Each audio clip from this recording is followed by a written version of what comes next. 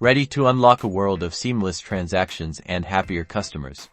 Let's dive into how you can start accepting Apple Pay today. First, you'll need a merchant account. This is essentially a bank account that allows you to accept credit and debit card payments. Popular options include Square, Stripe, and PayPal. Choose one that best fits your business needs. Next, integrate Apple Pay into your website or app. Your chosen payment processor will provide specific instructions on how to do this. Usually, it involves adding a few lines of code and verifying your domain. If you have a brick-and-mortar store, ensure your point-of-sale system is compatible with NFC payments, the technology that enables Apple Pay transactions. Most modern POS systems already support this, but it's worth double-checking. Once everything is set up, test it out. Make a small purchase yourself to ensure the process runs smoothly. It's always better to catch any errors before your customers do.